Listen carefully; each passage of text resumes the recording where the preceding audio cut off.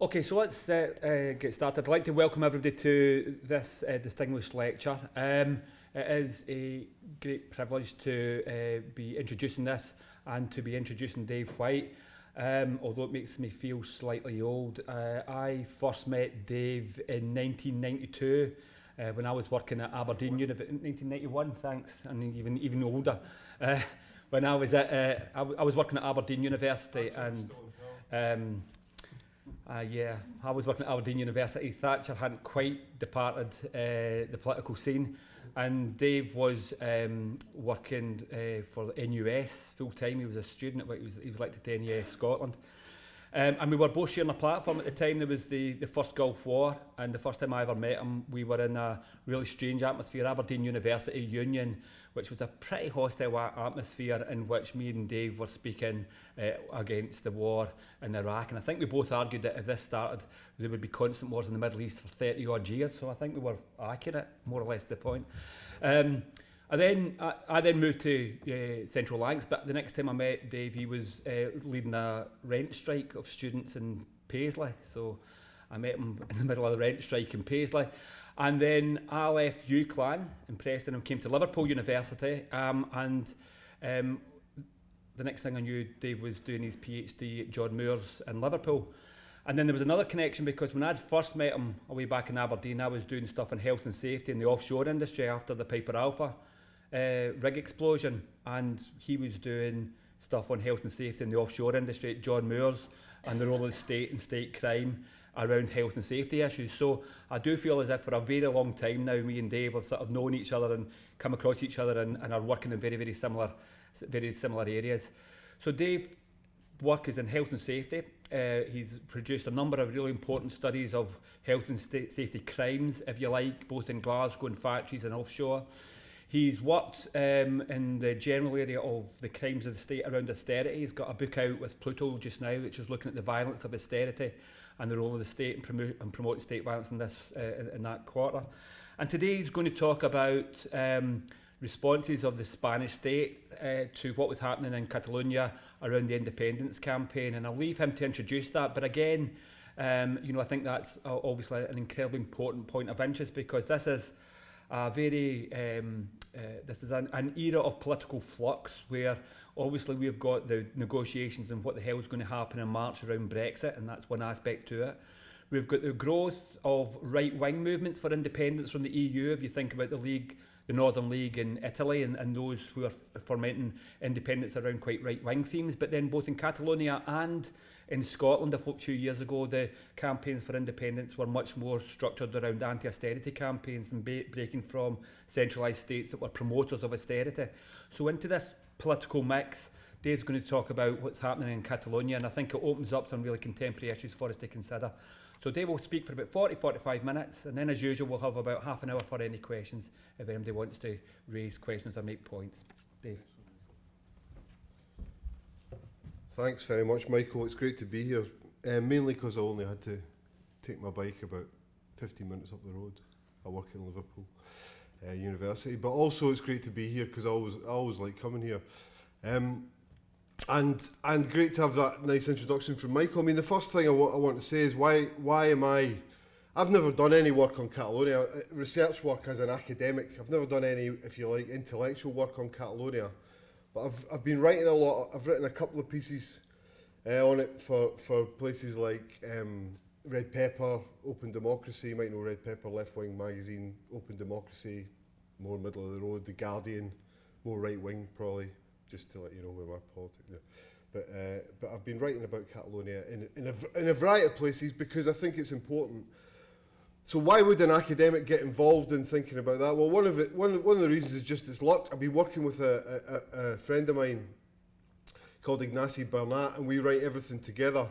And he's been in the midst of the independence campaign, and you wouldn't really. He's not the sort of person you would expect to be in the middle of an independence campaign, especially in Catalonia. And I think the British left particularly finds it difficult to understand that there is a very strong left independence movement, despite, as Michael said, what happened in Scotland. So one of the reasons I got into this, I never really knew anything about Catalonia until I started working with Ignacy on issues around state crime and corporate crime, and he ended up working for the left independence movement. But there's also another thing I think that we all have to kind of recognise increasingly as the universities are becoming more marketised and I would argue financialised. That's really what's going on with the fees economy. Everything that we do increasingly has to have a financial outcome. It's very difficult to be able to stand up in front of a bunch of academics and say, oh yeah, I do research on Catalonia just because I feel like it. And actually it means you have to use your spare time to do it. I don't bother telling my managers I'm doing it and all the rest of it. In the past, I think it would have been much easier. Because in the past, there was an expectation that as a social scientist, you would get involved in the issues that you saw as most significant for mapping out trends and changes in society. And you wouldn't have to come up with an excuse about why your entire career trajectory has been about something and then you're switching to something else, although there are connections that I'll go back to. There's another friend of mine that I've known for years in Italy called Alvise, who's a social scientist, and he said to me a few years ago, he says, times like this, social scientists have to be on the streets. They have to be on the streets. And I was like, well, okay, but we're well paid, you know, we've got nice jobs, and you know, what do you mean by on the streets? And he said, and what do you mean social scientists? He says, well, social scientists study what's happening.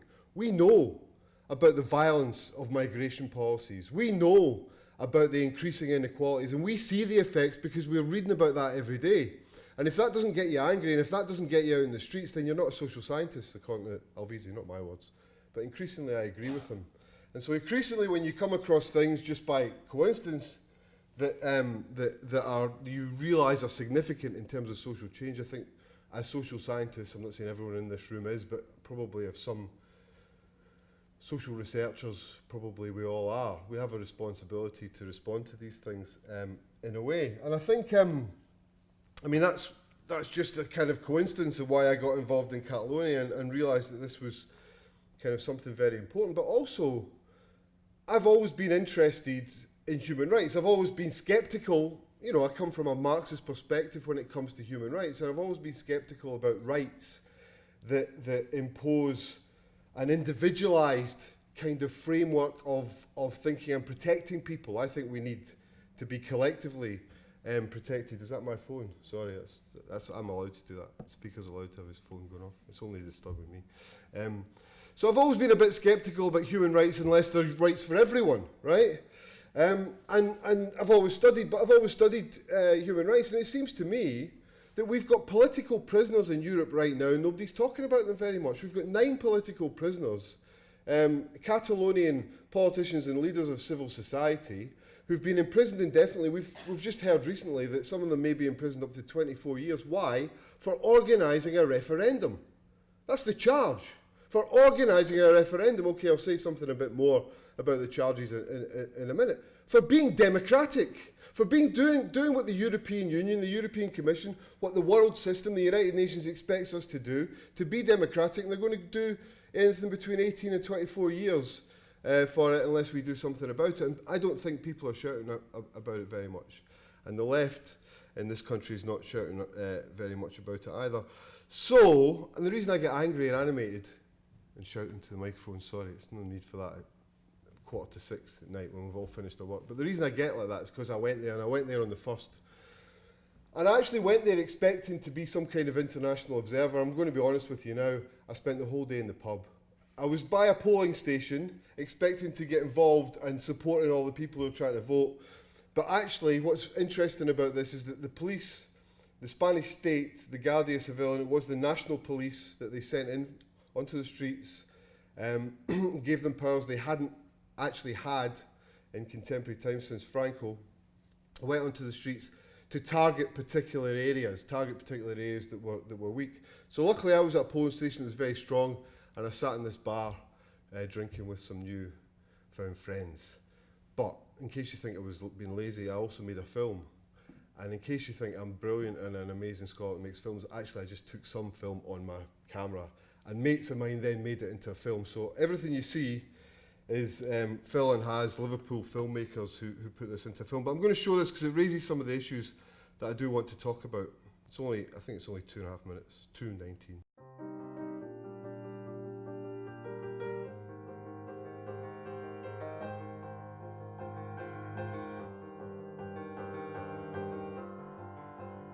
we need the international community. Now is the moment that you stand up and give us all the power we need. Mass popular mobilisation. This wasn't the political parties organising a referendum, this was people in the streets. I went to schools where the entire community, I mean 1,000 people, had occupied the polling station to protect it. This is the old Franco regime camouflaged. And just occasionally, it lets the veil drop, and that's what happened in Barcelona and Catalonia on October the 1st. For us, it's a way to smash the 78 regime and to the possibility to build a new republic. We don't want just change the flag or the name of the country. We are anti-capitalist, feminist, socialist, and so we are gonna try to build a republic in this sense. And now we've got a very difficult and important thing to do, that is to maintain the popular power at the streets. To build workers' popular republic is against our elites, bankers, rich people, conservative parties, etc.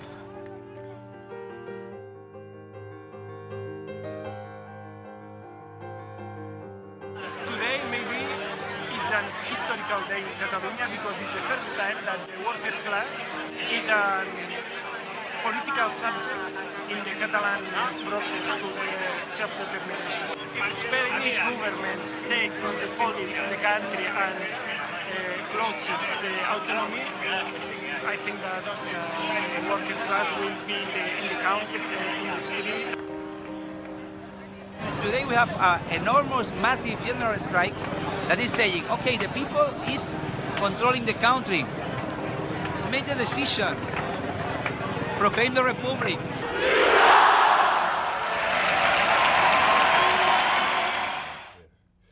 So that last scene there was really interesting because that was a huge march down the Via Aérea of trade unionists, and they were marching towards the Spanish National Police headquarters, and that headquarters in the middle of Barcelona is where a lot of Franco's victims were tortured, right? So the Spanish National Police are still in there. You still have that as a headquarters. It's massively symbolic, and the chants, some of the chants that you heard there are anti-Franco chants. So that's the first thing that kind of surprised me about being there, was the amount of Republican, and when people are talking about support, proclaiming the Republic, they're harking back to the Spanish Civil War. And the Republic that was declared before Franco's coup, before the Nationalist coup, and then before Franco led the Nationalists to victory in the Spanish Civil War. So when they're harking back to that, they're harking back to the days before Franco, and in many ways in opposition to Franco. That's really important. Some of the songs they're singing are the old anti-Franco songs, and they're marching to the places where Franco was torturing people, and that's not insignificant. And it's not insignificant when you hear Maria, who was the politician there for Coop, saying we want to smash the Spanish regime. They talk, and they're very specific about saying we want to smash the Spanish regime, and that uncovers quite an interesting set of questions, which I don't think we really got into the heart of in the Scottish referendum, right? And one of the things that they also say is we need to break the Constitution. So there's a very high level of awareness of what the Constitution is, what legal power is, that ordinary people talk about. Ordinary people will tell you the Constitution is not fair. Constitutional power has always been used against us. We need to break the regime of 78. And the regime of 78 is the post-Franco settlement where a new constitution was imposed on Spain. And I want to talk about that in a minute because they're quite difficult things to piece together for me as an outsider. But I think it's quite important for us to kind of piece them together to understand what this mass movement, what it really is, right? And how it's more complex than it's been kind of portrayed. And that helps us explain why Maria is talking about a feminist. We need a feminist republic, an anti-capitalist republic. And they also talk about a municipal socialist republic in the left independence movement. Obviously not in the entire independence movement. But in the left independence movement, the political party that she speaks for, and this is going to sound a bit like a political broadcast, because I do think they're the most interesting political party. but I'll try and be as kind of unbiased as possible and just say that one of the reasons the referendum happened was because the Coop, that party which is basically a kind of a party which seeks popular power, it takes all its decisions in local assemblies, which gets it into trouble because it makes decisions which are not politically very, very easy to push through, but they do that, and they've got a kind of very kind of democratic popular structure. And they've lost some of their MPs recently, but they had the kind of balance of power in the last parliament. And one of the things they did with that balance of power is they said, right, to the centrist parties, and there's one that's a bit like the SNP, which is called the Esquerra, and there's one which is more kind of centre, like the right wing of the SNP, which changes its name all the time, which Puigdemont, who you might have heard of, the guy who's exiled in Belgium and who may go to jail, and is head of Coop on the left. And they forced the two mainstream parties to go to a referendum. They didn't really want to go to a referendum, but they forced them to do it. As part of a deal, they said, we'll support the budget if you get more teachers, more firefighters, even though it's an austerity budget, it's very unpopular amongst a lot of those supporters, we'll support your austerity budget if you give us more teachers, more firefighters, and if you have a referendum. And we'll bring the people onto the streets when there's a referendum. And their idea is that's the way we can break the Spanish regime of power. It's a very sophisticated strategy. I'm not saying it was definitely the right strategy, and it looks like things are in a bit of a difficult position at the moment, and I'll come back to that. But that was the strategy. They want an alternative society. They want a feminist society which isn't capitalist, and that's the way they're going about it. Sounds crazy. Sounds a bit crazy until you kind of realise, and later on I'll tell you about what they've been doing in the communities, which allows them to kind of claim how that strategy can work. But I think for the British left, it's really, really difficult, or for people who are on the left here, it's really difficult to kind of come to terms with that, because from the outside, Catalonia is relatively rich, so it looks like and it is more industrialised than other parts of Spain, with the exception of the Basque Country. I think it has something like 16% of the population and 19% of the GDP, so it does have a more developed industry, which is reflected economically. And so people see it as being a way of them bailing out of a Spain which is gripped by austerity.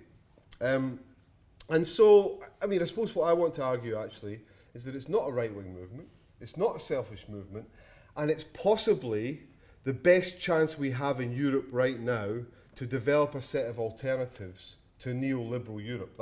That's a big claim, but that's what I want to try and articulate in terms of what we're talking about. I'm going to go back to the repression because I think it's really important to flag up what's been going on since the political prisoners and since, in the year since October 2017 and what's happened.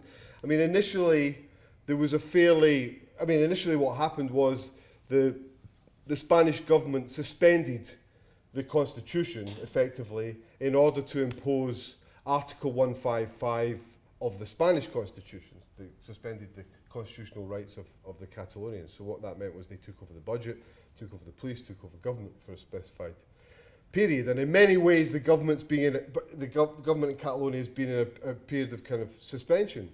But there's also been a lot of low-level kind of repression, which, not just the regular kind of visibility of the Guardia Civil and the Spanish National Police on the streets, which still goes on, and many people talk about them feeling like being under occupation or being in a state of occupation in that respect. But there's been something like, we don't know how many exactly, but certainly more than 300 people have been charged with fairly petty offences to do with the referendum. I'm going to give you some examples. Some of you might have seen rappers being charged for rapping against the king, right? But a number of people charged under Spain's gag laws that were introduced to deal with anti-austerity protests long before this happened. And the gag laws basically say, probably the most extreme response to anti-austerity protests in Europe, actually, without doubt. If you organise a protest, a spontaneous protest, you can be fined €600. If you organise a spontaneous protest at a government building, you can be fined €30,000, and there's some kind of And there's also something that the police define as public disorder. You can be fined €30,000. If you organise a demonstration without permission at an oil installation or at a place that's sensitive to the infrastructure or the economy, you can be fined 60,000. Sorry, I'm saying pounds, euros. That's all in euros. And they've been imposing those fines. They've been imposing those fines to make sure that people are not demonstrating against austerity. They've been using anti-terror laws against anti-austerity demonstrations. It's called the gag laws. If you Google it, you'll find out a lot more. 712 town mayors were charged with offences relating to organising the referendum. So one of the things they've been doing is they've been targeting politicians but also local people at the same time. Academics, this is really important. In the last couple of weeks, 5 academics have been told they will be charged with offences relating to the referendum. 4 political scientists and 1 lecturer who were members of the Catalonian Electoral Commission, who then resigned when they were told they were going to be fined for being part of that electoral commission. They resigned. They're still being charged, and they can face potentially 2 years in jail, depending on what the courts say. So there's a level of criminalisation to resistance which cuts across the anti-austerity movement and the movement for the referendum in Catalonia, and that's very important for reasons that I'm going to come on to talk about.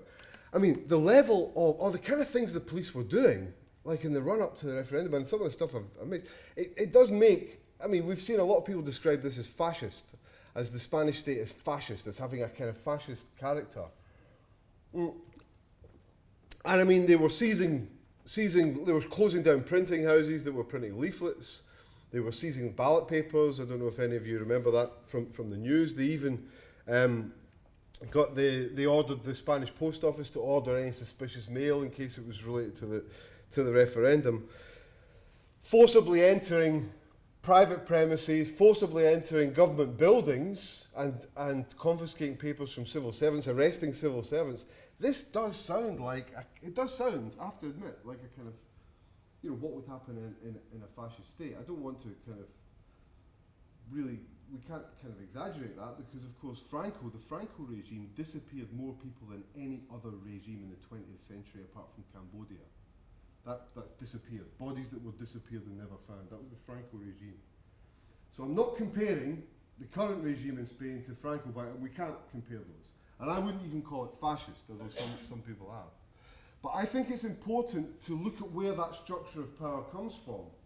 And when Maria is saying we need to break the Spanish regime, we have to break the Spanish oligarchy, we have to break the regime of 78, I think it's really important to unpick what that means in relation to Franco.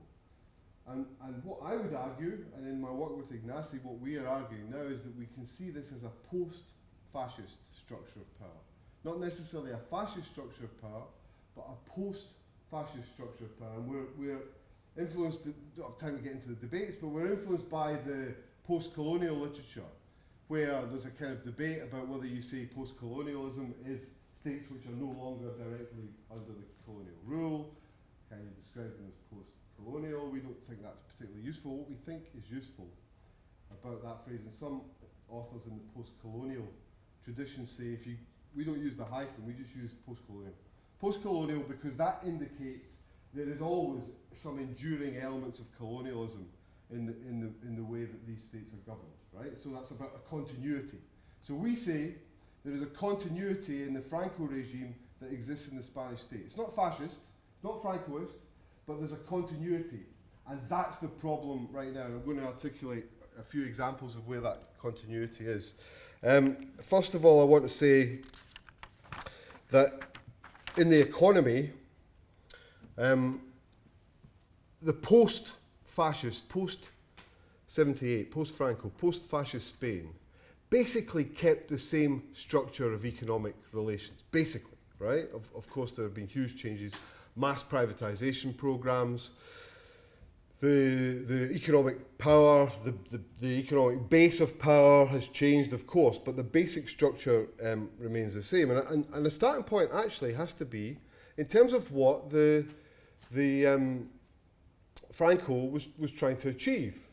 And in terms of what the first fascist the coup d'etat tried to do, and the first attempted coup in 1932 tried to do, and then the subsequent coup in 1936 tried to do, and that's really significant. It's not just a kind of historical detail. 1932, the coup was timed to take over the Republic just at the point it was trying to implement land reforms that would have collectivized the land, that would have meant that private landowners couldn't hoard huge estates, and those estates would have to be collectively owned by the people.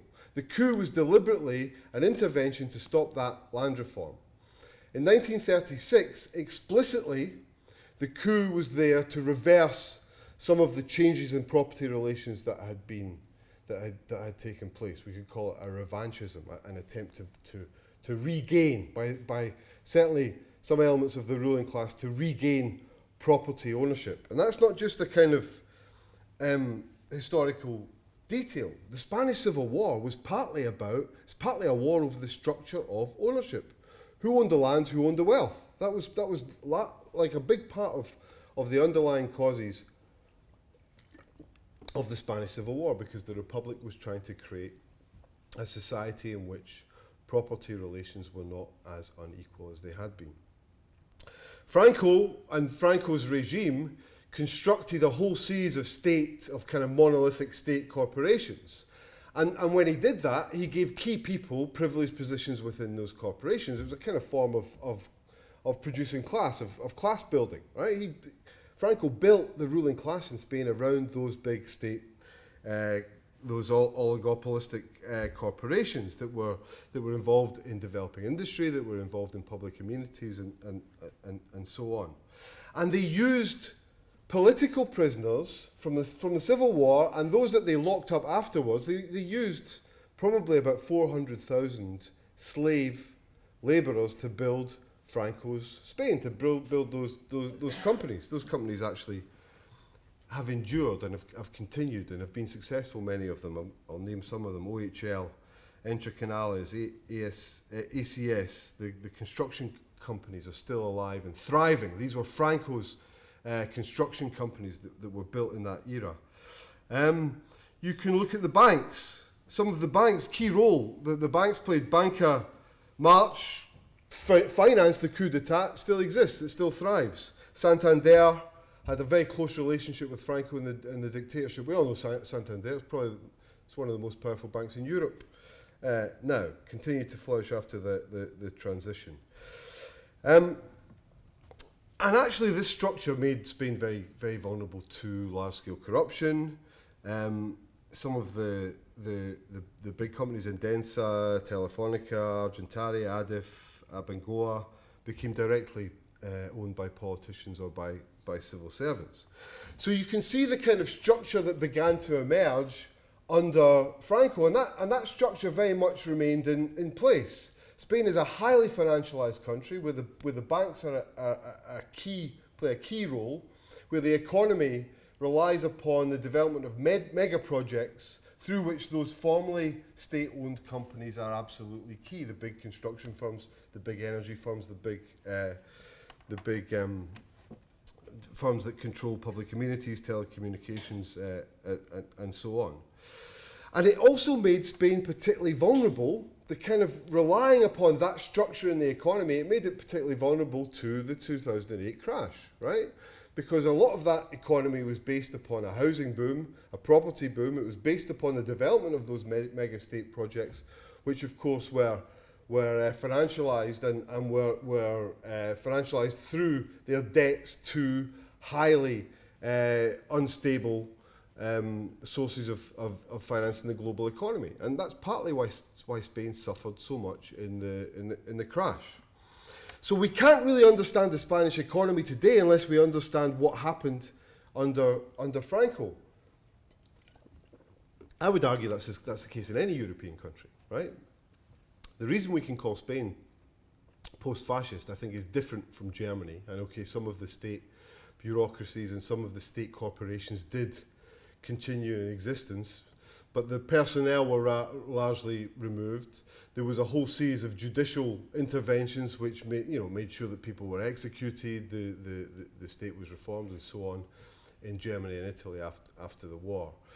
I don't think you can say that Spain was transformed in the same way that Germany, Italy, Greece, or Portugal, who all also had fascist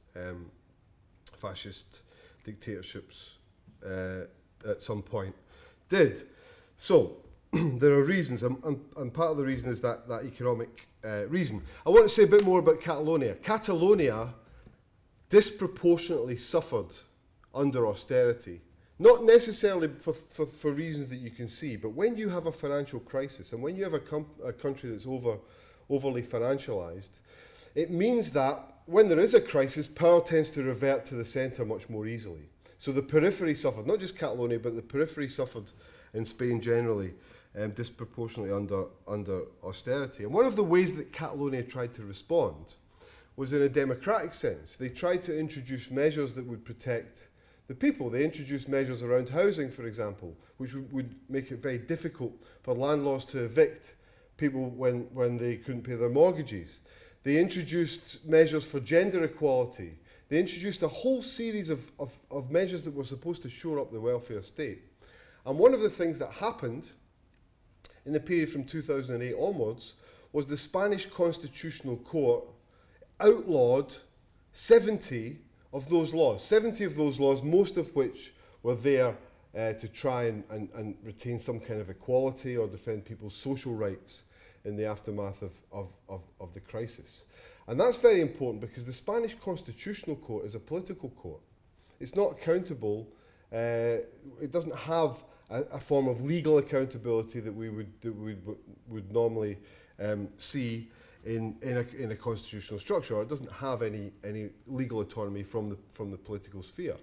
It's largely political appointments, and it makes political decisions.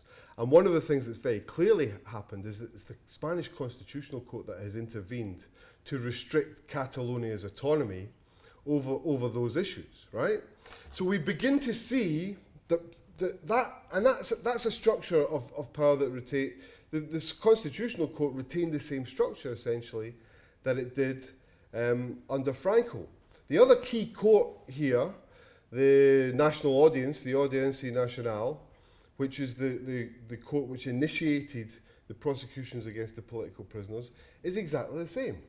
It has political appointees. In fact, it's been dominated by appointees from the PP, the conservative, Spanish Conservative Party, and it's the court that's imposing or it's initiating those political sentences, and indeed initiating the sentences against rappers for denouncing the king and against ordinary people. So we have a kind of structure in the legal system that mimics what was there, certainly the high legal system in the highest courts, that mimics the structure that Franco's system adopted, and that became particularly clear when Spain introduced or invoked Article 135 of the Constitution, because what Article 135 does is it allows the Spanish government to impose tight budgetary restrictions on all of the autonomous parliaments. And in many ways, that was the kind of straw that broke the camel's back, because it meant that the effect of 135 was that all of the debts to foreign banks or to foreign creditors have to be honoured before the money is spent on the Spanish welfare system. That's the effect. So it creates a hierarchy of who gets paid first. And in fact, that was a deal with the European Union, so that actually the mainly German banks that were the creditors to Spain would get their money back. So all of this is going on in the prelude to the demand for a referendum. And this is about a centralisation of legal power, a centralisation of political power, and a centralisation of economic power. And it is based upon a structure, a constitutional structure, that mimics what was there under Franco. The position of the king is a very, very good example. So there hadn't been a king in Spain in 4 decades until Franco reinstated the position of the king in 1969, and there was a deal done. So the king had to pledge his allegiance to Franco, and Franco re-established the king. The king then later gave the Duchy of Franco, awarded this set of hereditary titles to Franco's family, and so on. So I don't know if anyone remembers seeing this in the news at the time, but after the referendum on the 1st of October 2017, the king, actually it was the day of the general strike that you saw there, the king comes on telly, Felipe comes on TV, and he tells people that they have to behave, or they have to fall into line. This actually makes a very Spanish nationalist speech, right? And tells people they have to be loyal to or stick together as part of the Spanish nation, and so on. It's inconceivable that a monarch anywhere else in Europe would be given half an hour of prime time television to come on and appeal to the people to stick together. That's the culture that Spain is still in. It's even more unimaginable that a monarch whose family had been appointed by a fascist would have that power. He's officially the head of state, he's officially the head of military. Of course, that's a formal power that's never invoked. But the power of that symbolic power, the nature of that symbolic power is very clear when he comes on television and starts lecturing the people to get into line and to behave. So, the indissoluble unity of Spain is really also at the heart of this. And this is where we come back to the Constitution, because the Constitution, the Spanish Constitution in 1978, of course, was negotiated by Republicans. It was negotiated by Franco's supporters, and there was a range of people who were represented in the negotiations. But what people fail to remember is that the military still had significant power. In fact, the military was in the next room to the room that the Constitution was being negotiated. So people talk about the Constitution being negotiated at gunpoint. That's not a literal. That's not something that we should take literally, but it almost was the case. And Article 155, which is the article that suspended the autonomy of the Catalonians, Article 155 was the part of the Spanish Constitution which the Republicans opposed. They lost the debate. It was the part of the Spanish Constitution that was supposed to protect the indissoluble unity of Spain.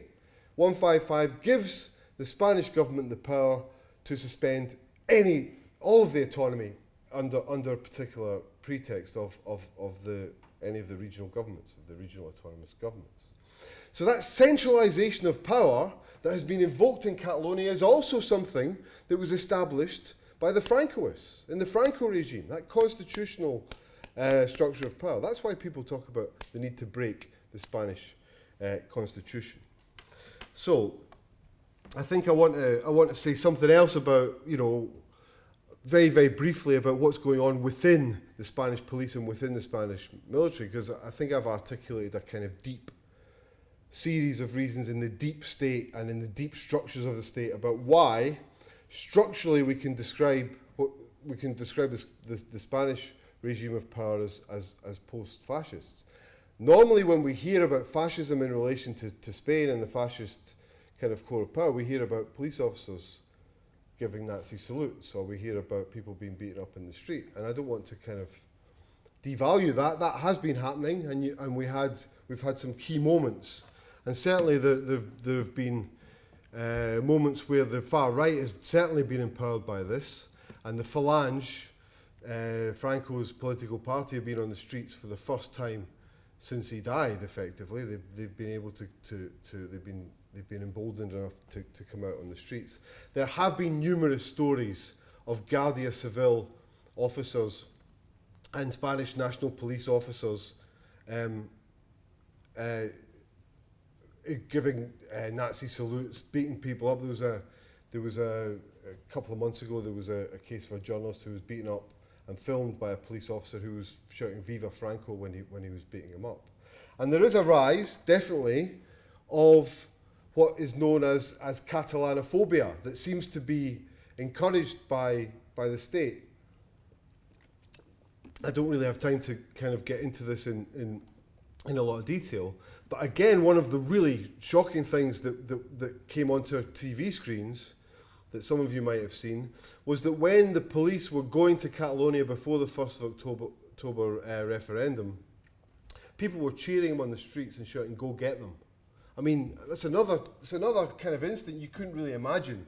You imagine that in the context of the Scottish referendum, of course. You know, it's kind of unimaginable. There were crowds of people chanting, "Go get those Catalonians. Go get them, go beat them up." So that tells us something, I think, about the way in which a kind of Spanish nationalism has to be taken into account here. Spanish nationalism, which is effectively underwritten by the structures of the state. I'm going to leave that just now. Maybe we can come back to that in the questions, because that's crucially important. What's also been going on in Catalonia, not just since 2008, not just since the financial crisis, but has been going on for at least 2 decades, I think, are some very, very important experiments in alternatives to capitalism. And I think these are not kind of peripheral to everything that we're talking about, right? Because part of the response to austerity in Catalonia has to been to rebuild local infrastructure. So people talk about food sovereignty, they talk about energy sovereignty, and they talk about economic sovereignty. In fact, there's something like, I think, the party I mentioned earlier, a few people here will know about Ada Colau and Barcelona Economy, who have taken over Barcelona and have tried to find alternative economic solutions, particularly to the problem of housing. But Coop, the party I mentioned earlier, they have about 20 mayors across Catalonia, and they have some really important, interesting, but also important experiments in what they call real sovereignty, real self-determination. And they're not particularly interested, as one of the people in the film said, in flying flags or in defining the nation in a particular way. When they talk about self-determination, they talk about people taking control over the real things that affect their lives, whether that's the food they eat, the energy that's supplied to them, or whether it's the way in which... I've lost my notes. That's terrible. Sorry. It's not that. Okay. I'm going to have to wing it. So, Som Energia is a cooperative, for example, an energy cooperative that supplies, that local people have decided they want energy only from renewable sources. And there's a town in Catalonia run by Coop where that's what they do. They take that energy from renewable sources. That's what they mean by energy sovereignty. There's a whole series of experiments that local authorities are supporting, which allow cooperatives to supply food and where they're supported through local agriculture to supply that food, whether it's using less chemicals or whatever it might be, but giving people real control over that. The cooperative movement is probably the more developed in Catalonia than anywhere else in Europe. So there is an organisation of about 140 co-ops that employ more than 10 people across Catalonia that are building a real economic infrastructure.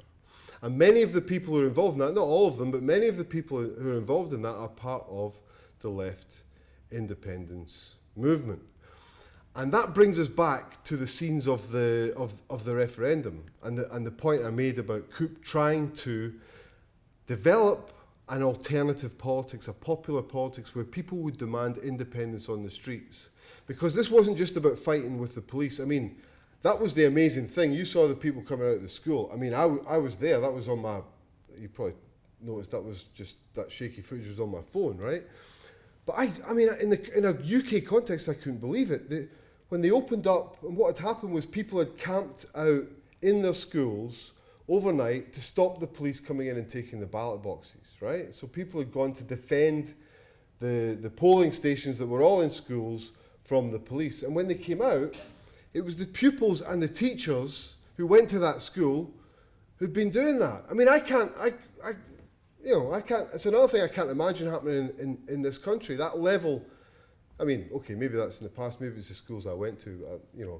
I definitely wouldn't want to be kind of organising anything, not even a football match, never mind a political demonstration with any of my teachers. But the level of solidarity in the community, where you had local people from all kinds of organisations, pupils and teachers at the same school, who were there to fight the police, but not just to fight the police, to make sure that they had the right to vote. And they created an infrastructure there that was capable of doing something that took on the Spanish state. They took on the Spanish state, they managed to vote. Okay, they couldn't get the vote everywhere. They didn't quite manage to get a 50% threshold, which is really what they were going for, but they got something like 47-48% of the people to vote in the face of all of that police violence.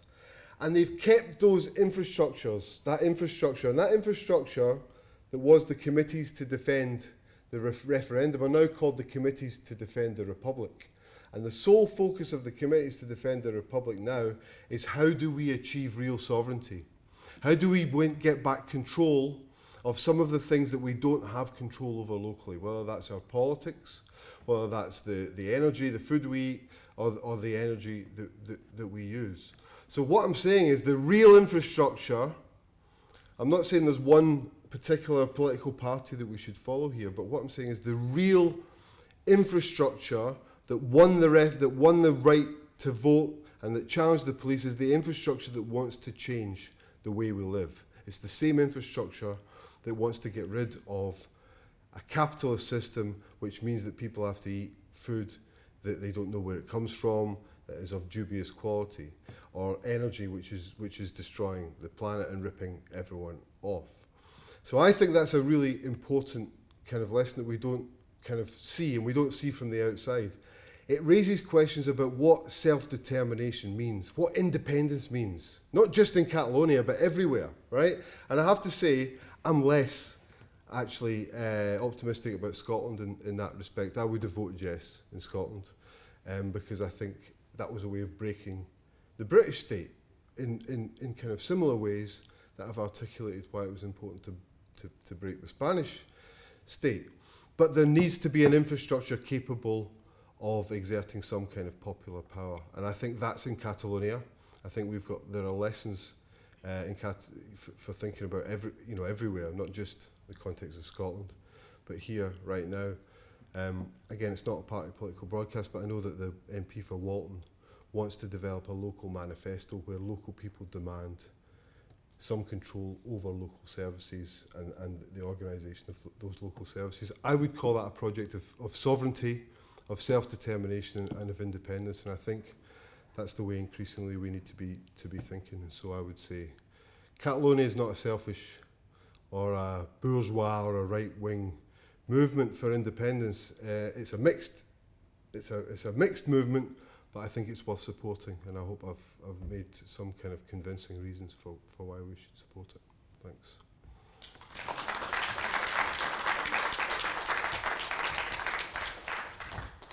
Okay, thanks, Dave.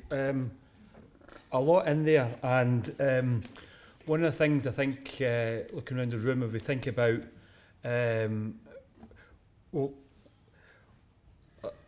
put it this way, a couple of weeks ago I was out doing some interviews with some social workers. So a link between what Dave's talking about in Catalonia and some social work, let's try it. But I was out talking with some social workers, and some of the experienced frontline social work staff said that they increasingly felt that young people coming through the university system, young social workers, didn't have a vision of a better social work, of an alternative world, because for too long we've been told that there's no alternative to austerity. For too long we've been told there's no alternative to marketisation. For too long we've been told there's no alternative to the world in which we live in. And I suppose it's a long-standing social scientist sort of claim, but part of being a social scientist is to dream about alternatives and to dream and to think about alternative possibilities in the present. And I suppose what Dave has introduced is the way in which that is working out in Spain, the way in which people are trying to enact alternatives and carry out dreams about different ways of living, different ways of existing, which challenge the present. And I think that's probably at heart some of the things that Dave was saying. So we've now got about 25 minutes for any questions or any contributions that people may have. Jasna's going to wander round, and because the last time Yasmin was standing here and I had the microphone, I'm going to try and make sure that I get one person from this side of the room and then the next speaker from the other side of the room, so that she's got to run up and down the stairs like she made me do the last time. So we'll try and see what we can go. So I don't know if anybody's got any questions. While you're thinking, let me ask one for Dave, as you think about your own questions. I was interested about what you were saying about historical memory, and in your clip, what I thought was really interesting was one of the first guys that you talked to, who said, for the first time, the working class in Barcelona have come out onto the streets. And I must admit, I thought that was an astonishing claim for something in Spain, because in 1936-37, Barcelona was the absolute heart of the Spanish Revolution during the Civil War, and everything was possible in Barcelona. So it's partly about historical memory. And it reminded me when I was in Spain on holiday one time, and I got talking to a Spanish guy, and I said, I couldn't quite work out, I was trying to remember, and I said, was this part of the Republican zone or the Franco zone during the Civil War? And he said, what Civil War? And I said, what do you mean? I said, well, you know, the Spanish Civil War, the Spanish Civil War. And, you know, was it this, the Republican side? And he said, well, Spain's never been a republic. I don't really know what you're talking about. And I suppose it's just, my question would be, how do people challenge those lack of historical memories that I think we have in all countries, that people don't think alternatives are possible, but people don't know our own history, and how those things work out? That's a straightforward question for Dave to answer, while you've got your own. Yeah. So we'll take a couple. Yeah. Right? Okay, so that's the first question. Any others that we've got? So, good. Right, so, yes, and there's one at the other side of the room for you. Hi, I would just like to ask whether or not we need to consider the external European factors that's been going on. So we've seen, I would say, in the last sort of 8 to 10 years, we've seen a rise in polarised politics among many of the countries, France, Germany, Britain, with Brexit, and even the Scottish referendum. I'd say the Scottish referendum has a bit more to it, with obviously concerns since 1707. But in Catalonia, do we need to take it as an isolated concern, so within its Spanish origins, or do we need to take this rise in polarised politics into consideration? Good question. Okay, anybody else at the moment? Excellent. Dave Merriwell, Yasna, if you want to come all the way around and back down again, that would be excellent. Thanks very much for that, Dave. That was really interesting. Just trying to think of some of the parallels in the early days of the Arab Spring, where there was similar levels of optimism that was the potential to build a more radical, socialist, feminist, more democratic society. And obviously in a lot of those countries, those hopes have soon dashed under rocks of despair. Are there any similar sorts of threats lurking in Catalonia? If so, where and how can they be countered? Okay, there's 3 questions for you. Straightforward ones, Dave. I'll leave you then. Wow. So historical memory, I mean, look, one of the other things to say about the post-fascist structure of Spain is the 1977 they passed the amnesty law, which basically meant that anyone who had anything to do with any of the disappeared bodies that I mentioned would basically have immunity. So there were no prosecutions, and indeed it was that amnesty law that allowed. I mean, a few years ago I went on holiday to the Canaries, and the town I was staying in, the main street was Franco Street, and that's actually not that uncommon. But it was that kind of amnesty that allowed a lot of, you know, it's not uncommon, especially in parts of southern Spain, to find that streets named after Franco or some of the other fascist leaders, and of course statues are just, you know, still there, and there's a kind of big debate about that now. So historical memory was always at the forefront for the Franco regime. They didn't, you know, they wanted the memory of the atrocities eradicated, but in doing so, it almost kind of neutralizes the memory of Franco. What the guy said, it was very quick, and I think, I'm not sure if it was on the film or not, but what he said was it was the first time the working classes come into this struggle. So it's a slightly different. It's a slightly different point that I'll come on to. But you're right. I think in Catalonia, though, I'm surprised you told that story, because that surprises me. Because my experience is that because it was such a Republican stronghold, there's a much higher awareness of the history of the Republic and the Civil War in Catalonia, Barcelona than in other places. But that obviously that doesn't count for everyone. And of course, the further away we get from that, you know, the more difficult it is to retain that, especially amongst young people. But you know, as I said, the thing that really impressed on me was the fact that people are still singing those anti-Franco anthems, you know, and that's one way they're kind of organising. So I do think there is a very high level of historical recognition of the Constitution and this post-fascist structure. But the point that Ermengarde made is kind of interesting as well, because actually big sections of the working class couldn't care less about independence, honestly. And one of the things that's happened in those committees to defend the Republic, or they've been called different things, is that some trade unions have begun to get involved, because they do see it as a way of, they weren't maybe involved before, they do see it as a way of shaping the way that things could go. But most of the trade unions and the big, powerful bureaucratic trade unions have tried to be as neutral as possible, and that's partly because of their kind of historical, institutional links with the big political parties in Spain, and the fact that the big trade unions are nationally organised in Spain rather than in Catalonia, although one of the political prisoners is a member of one of the biggest trade unions. And so there's big questions about why the trade unions are not intervening to protect the members. So there's contradictions in there, but I don't want to portray it as being kind of, or oversimplify that kind of portrayal. External European politics, yeah, that is a really good question. Is there a kind of polarisation, a general polarisation going on? Look, I have to say, I mean, this might be a bit simple, but the reason I agree there is a polarisation going on, but it's not just a nationalist polarisation. Nationalism is really just a vehicle for either exploiting or expressing other forms of polarisation. That's been our lesson throughout history. You know, nationalism becomes a conduit for expressing divisions that are created in other ways. That's what we know from our history in Europe, and that's what's going on now.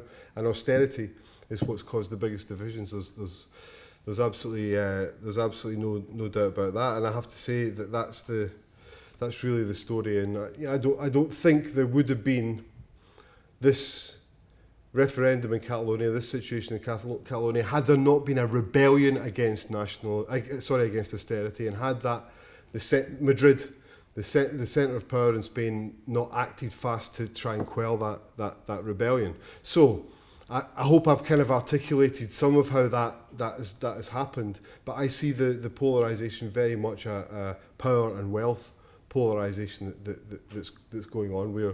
We're facing concentrations of wealth, record concentrations of wealth. In fact, I think if you look at Europe, the concentration of wealth in Europe, I think we're at a stage we've not been since 2 centuries ago, actually, in terms of concentration of inequalities. So that's the polarisation that's creating a lot of those tensions, and sometimes they're articulated in right-wing ways. You know, sometimes obviously they're articulated in very nationalist ways. That's why I think it's really important in Catalonia to be anti-nationalist, so to be anti-Spanish nationalist. And part of the project of Spanish unity actually was the Partido Popular, the Conservative Party's attempt to try and undercut welfare by going back to this, to cut welfare spending and to divert the population away from it through a project of Spanish unity. So that was an intensely Spanish. We've seen an intense Spanish nationalism that we don't recognise normally. Just like some of the critics of the No campaign in the Scottish referendum were articulating British nationalism. No one's talking about English or British nationalism, only talking about Scottish nationalism. So what I think is important in Catalonia is that the left independence movement is anti-nationalist.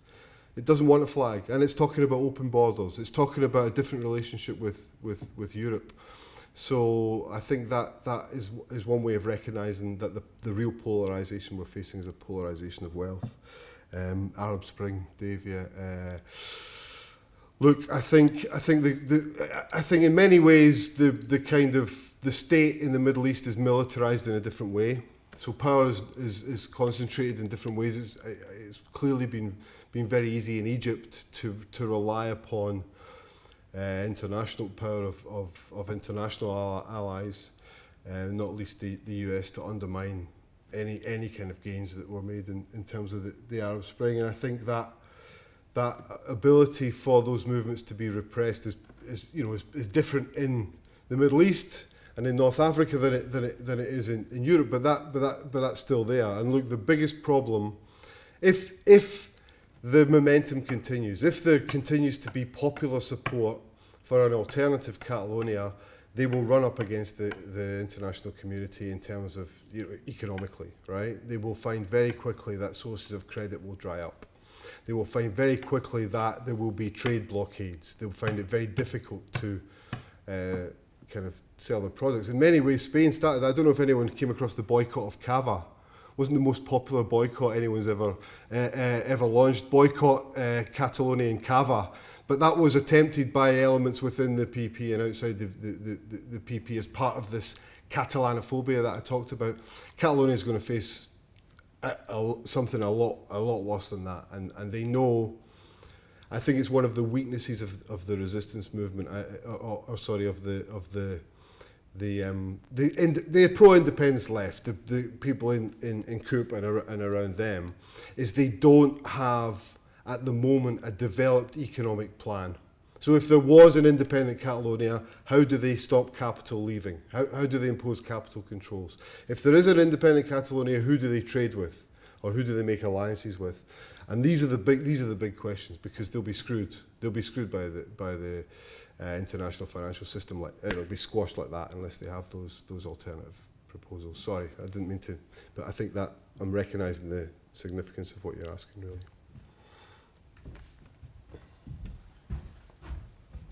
Okay. Again, just when Dave was answering that, I was thinking that I know that in the run-up to the independence referendum in Catalonia, the Communist Party in Spain, for example, was against the referendum, and many of the in the Catalonia area, that meant that many in the old left and therefore the trade unions were against the referendum itself. So it wasn't just the trade unions, it was that broader left. So it's more, there are complexities here. But anyway, any other questions? I'm from Cameroon, and a very similar situation is going on about this. What I want to ask is, with the leaders of the referendum who are being charged, what's going to happen to them? We have the European Commission on Human Rights. What are they doing about this? Because if they're talking about world peace, they are being charged for crime. Because similar situation in Cameroon, where the north and the south are trying, they want to separate from this. So basically in Cameroon we have two colonial masters, we have the French and the English, and so the English section have feel marginalized by the French and they want to separate. And funny enough, within the struggle that has been going on, they keep referring to this Catalonia situation, and the leaders of the separationists have been charged for treason, and basically their families don't know where they are. I think they've disappeared now for over a year. Families haven't heard from them. Nobody knows if they're alive or dead. So what happens to them in situations like this? Okay. Anyone else? These are big questions. Okay, do you want to come back to that? Yeah, I mean, you're raising quite a lot of issues actually around, because Spain has a long history of torture of political prisoners, particularly in relation to the Basque Country, and so even in the kind of post-Franco period, and I would argue that's also part of the kind of post-fascism, right? There was a secret Spanish government organisation which was essentially an assassination squad called the GAL, G-A-L, the assassinated people who were identified as members of the armed resistance in the Basque Country. So there was a dirty war in the Basque Country, and the torture of Basque prisoners has gone on until very recently. In fact, there's some allegations of Basque prisoners being tortured right now in Spain.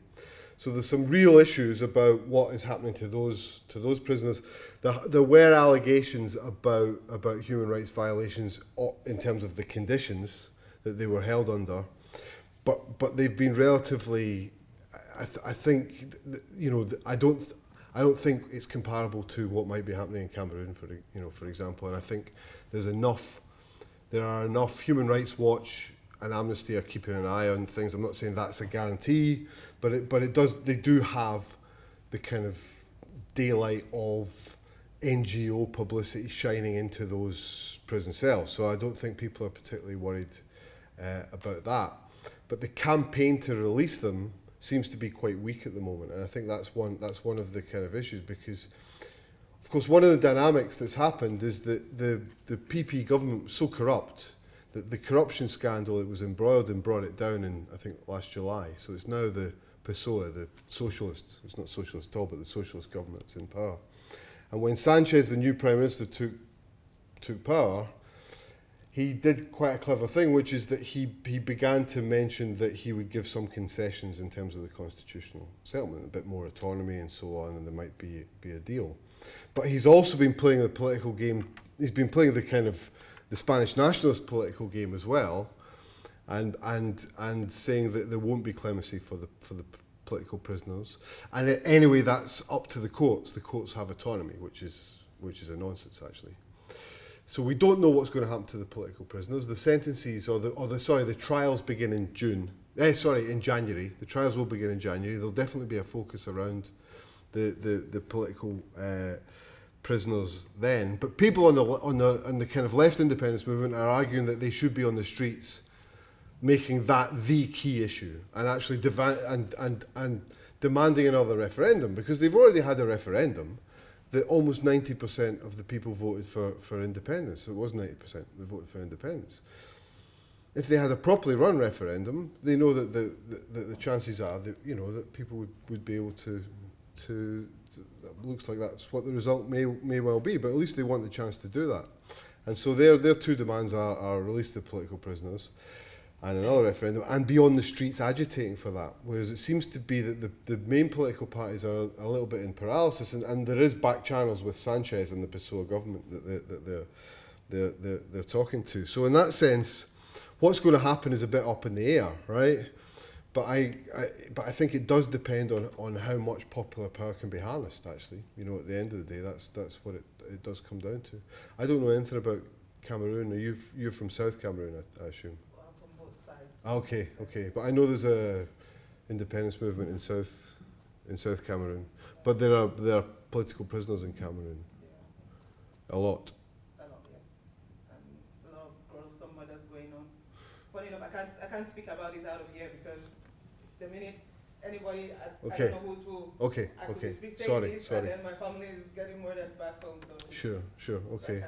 But going back to your question about there is a case at the European Court of Human Rights to challenge what's going on, but the backlog in that court means the cases won't get heard until the trials are well underway or even complete. So I'm still astounded that other European countries are not condemning Spain for having political prisoners in Europe today. I'm astounded that the European community is virtually silent on it, and the only, there's been kind of some pockets of vocal opposition in Belgium, Germany, Scotland, obviously, but generally in Europe people have been absolutely silent on this. It's astounding, and it may get worse. The net might be widened. There are, as I say, those 5 academics. There are teachers who have trials awaiting them because they've been accused of hate crimes against the police. So there's a lot of people that could be pulled into this net unless there's some kind of solidarity from outside. And I think that's something that we need to kind of think about. Is there any reason to avoid the EU stepping in? Do you mind if we just put it on the microphone? It's just that it's being otherwise it won't be picked up by the recording. So. Is there any reason as to why the EU isn't stepping in? Because aren't they meant to be protecting people's democratic right to vote? I mean, there's a very strong economic reason. Politics doesn't always boil down to economics, but look, the Spanish government did go along with the EU in terms of the post-crisis settlement, right? So the Article 135 of the Constitution that I noted earlier, which puts the repayment of debt to foreign creditors at the top of the list before anybody in Spain, means that they are repaying the banks that are in other EU countries, mainly Germany, right? So that, you know, there's partly a kind of deal being done there.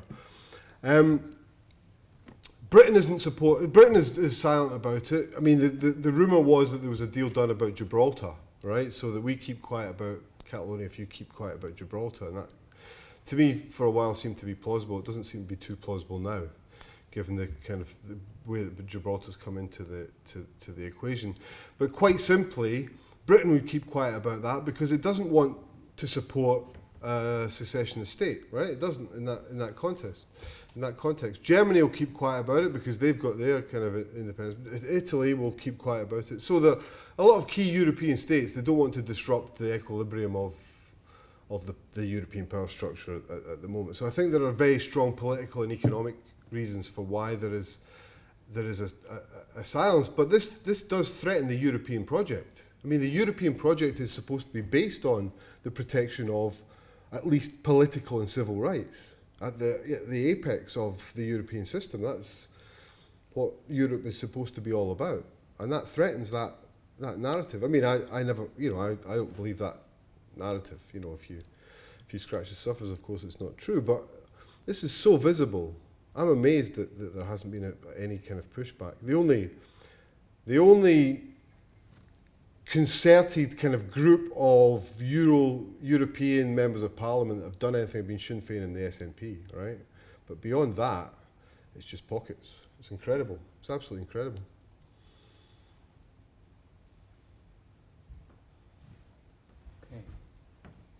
Okay. Well, if there's no more questions, I'll start to round up. And I was thinking about the questions and obviously Dave's presentation, and I can't quite remember the quote, but it does remind me of Gramsci's claim about the old world that's dying, the new world has yet to be born, and this is the age of monsters. And I think what we're going through is a major crisis, global crisis, but particularly in Europe, in which there are various monsters being created. The horror of racism, the horror of what's happening in Spain, the Spanish state, there's the centralisation of Europe, there's the fallout from Brexit. We are in incredibly politically unstable times, and likely to be in politically unstable times for some considerable time for the next few years. And as social scientists, it's our job, our responsibility to try and analyse and understand what is happening. And then I would also argue that if we analyse and we understand, to try and take part in shaping the world for the better, rather than leaving it to the horrors that can unfold, whether it's in Spain, whether it's the growth of the far right across Europe, or whatever the various aspects are. So I'd just like to thank Dave for his talk today. I think it's been really thought-provoking. I hope you've enjoyed it. Our next talk is... hold on. Our next one is Simon Winlow on the 16th of January. So we've not got one this side of Christmas. So it's the 16th of January is the next distinguished lecture. So thanks very much for coming. And if we can just thank Dave again for his presentation.